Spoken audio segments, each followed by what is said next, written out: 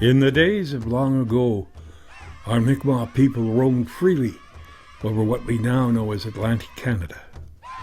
We had our own beliefs, our myths, our legends about the Creator, the one who gives life to all things, who causes the changes to the seasons, who gives us darkness and light. It could be a hard and difficult life, but we were free, owing nothing to anyone. A Frenchman wrote of us, "There are no poor or beggars among them. All are rich, because all labor and live." We took our living and clothed ourselves from the animals of the forest and from the sea. We respected them, knowing their spirits are akin to ours, that we are all a part of nature.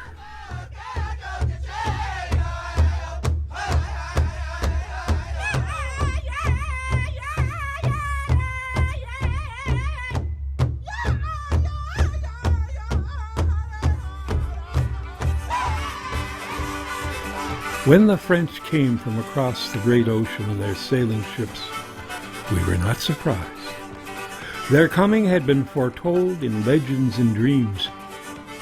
At first we knew not what to make of them, with their hairy faces and loud talk. They said they meant us no harm, and wanted only to trade with us. For Grand Chief Membertou, an invitation to be baptized into the faith of the Europeans was an opportunity to share in their religious ceremonies, without giving up our own spiritual heritage. Chief Membertou knew as well his baptism into the Christian faith would create an alliance between the Mi'kmaq and the newcomers, that the Mi'kmaq would need to survive as a people when more and more Europeans came to this land. And so, on June 24, in the year of our Lord, 1610, Grand Chief Membertou knelt to receive the sacrament of baptism, signifying Mi'kmaq acceptance of the Christian faith in accord with our traditional spiritual beliefs, forging an alliance with Europeans which survives to the present day.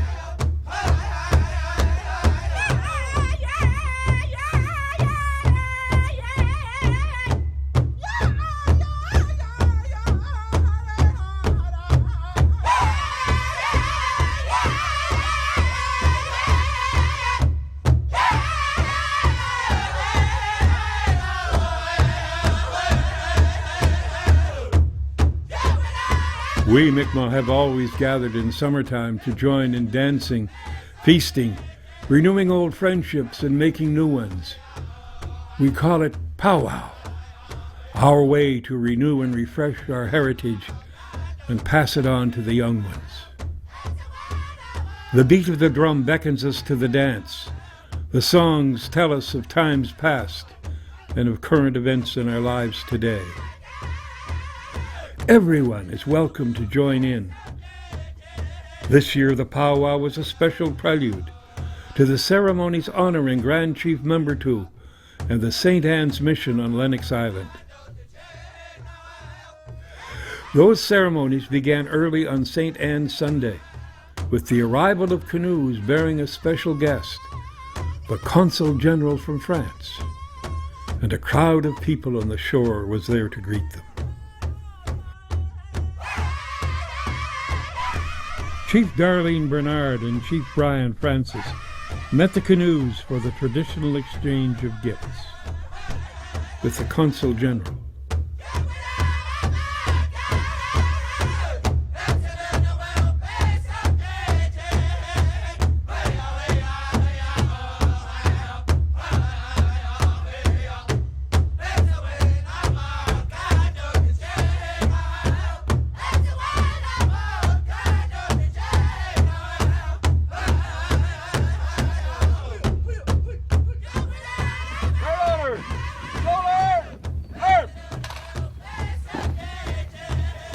The official party included the Lieutenant Governor of Prince Edward Island, Barbara Hagerman, who inspected the honor guard from the Canadian Navy.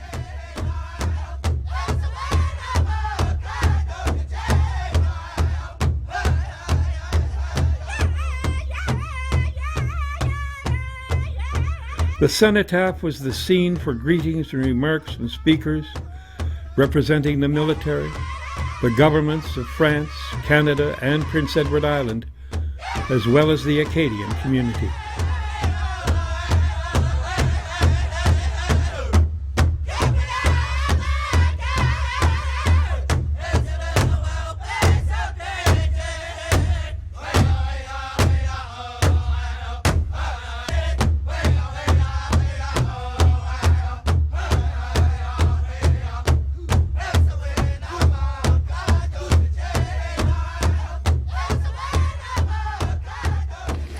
The unveiling of this plaque symbolizes for both our communities a deep and abiding tradition of friendship that has lasted unbroken between us on the island for close to 3 centuries and for over 4 centuries in what we call Acadie as a whole.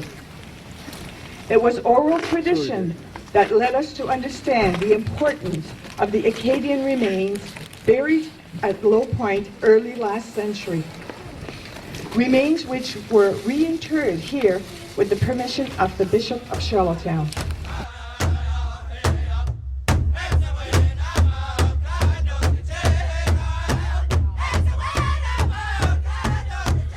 The conversion of Grand Chief Membertou created a bond of friendship between the Mi'kmaq people and the European settlers that endures to this day. On this anniversary, Most Reverend Richard Greco, Bishop of the Diocese of Prince Edward Island, came to celebrate that bond at the St.Annes Sunday Mass.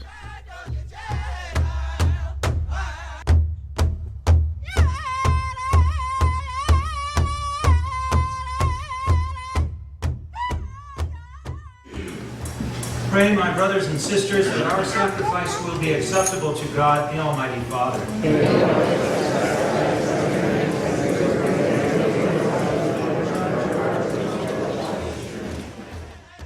We praise you for the many red and purple sunsets and the ending of our lives, so that our spirits will return to you. For the sun sets in the west and calls us to our spiritual maturity.